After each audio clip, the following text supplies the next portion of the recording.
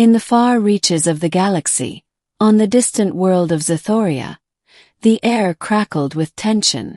Queen Shannara of the Zlithra, an ancient and highly intelligent species of insectoid creatures, stood in the heart of her royal chambers, staring at the holographic map projected before her. Her large, multifaceted eyes glinted with both determination and fear.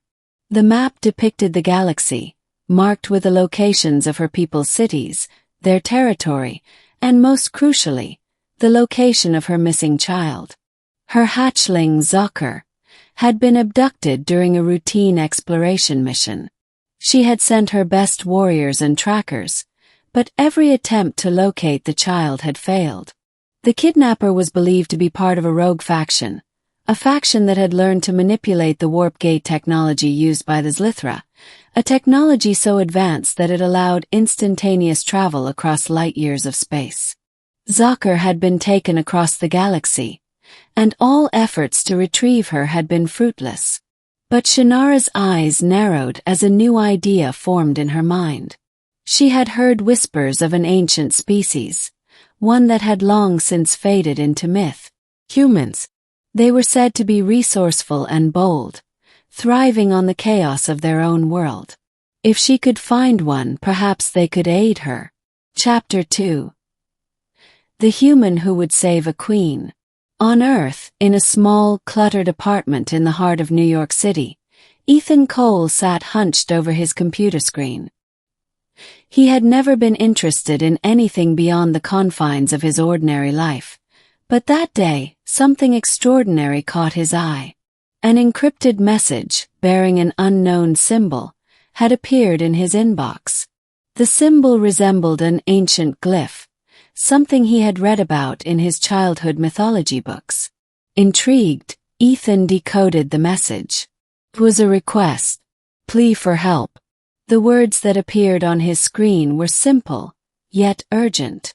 The child of the Zlithra Queen is lost. Only a human can retrieve her. You are needed. Time is short. At first, Ethan thought it was some elaborate hoax or a viral marketing stunt. But there was something in the tone of the message, something that stirred his sense of adventure. After hours of investigation and some technical expertise, he was able to trace the message's origin to a remote part of the galaxy. A signal originating from Zithoria. Ethan's heart raced as he realized the magnitude of what he was reading. His life had just been altered irrevocably. Against all reason, he decided to respond. He followed the instructions embedded in the message and, within moments, found himself standing in the heart of a strange alien forest, the hum of distant spacecraft vibrating through the air. Chapter 3. Meeting the Queen. Queen Shannara stood in front of him, her towering figure covered in exoskeletal armor, her wings shimmering with iridescence. The sight of her was both terrifying and mesmerizing. Ethan felt an overwhelming wave of awe mixed with fear. "You are the human," Shannara said, her voice a mix of clicking and soft tones, her language translated in Ethan's mind through a neural link. "You are the one who will find my child." Ethan swallowed hard, barely able to comprehend the situation. "Wait, you want me to find your child? Why me? What makes you think I can help? The beings who took my child are beyond even my warriors. They possess a power that I cannot overcome. Only you, with your human ingenuity and your bravery, have the chance to succeed where we have failed." Ethan didn't feel brave, and he certainly didn't feel capable. But something deep within him, a drive he hadn't known existed, compelled him to accept. There was no turning back now. Chapter 4. The Journey Through the Stars. With little more than a hastily assembled crew and the coordinates of where the child had been taken, Ethan set off aboard a ship designed by Shannara's people. It was sleek, fast, and equipped with technology that could navigate the stars with incredible precision. He was given a guide, a small, intelligent alien named Kilra, who could help him interpret the strange planets and systems they would encounter. The journey through the stars was arduous. Ethan witnessed nebulae in their full glory, planets that had never been explored by humans, and beings whose very presence made the hair on the back of his neck stand up.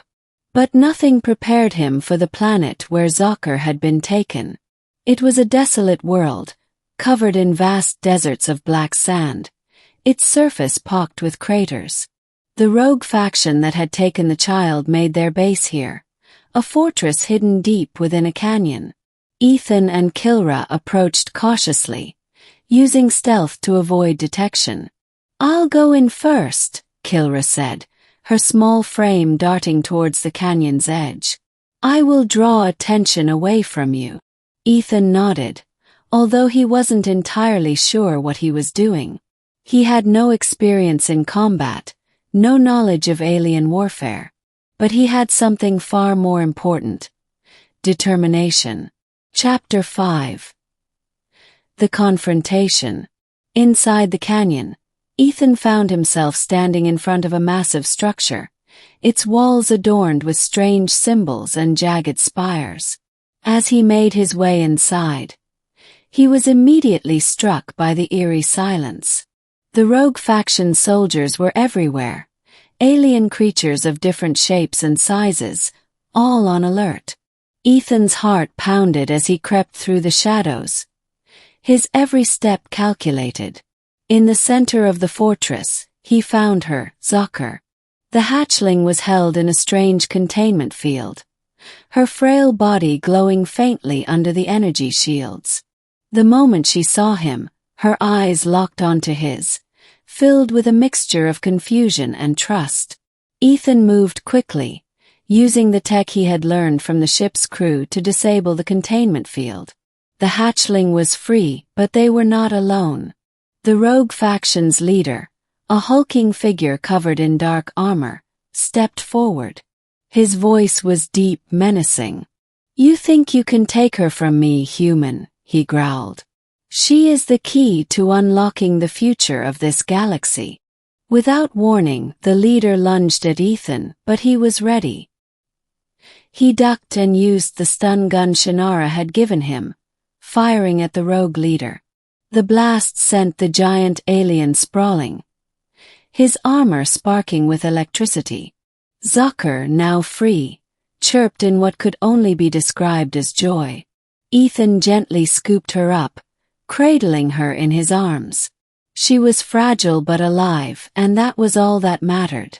Chapter 6. The Return. The journey back to Zothoria was uneventful, but for Ethan it felt like an eternity.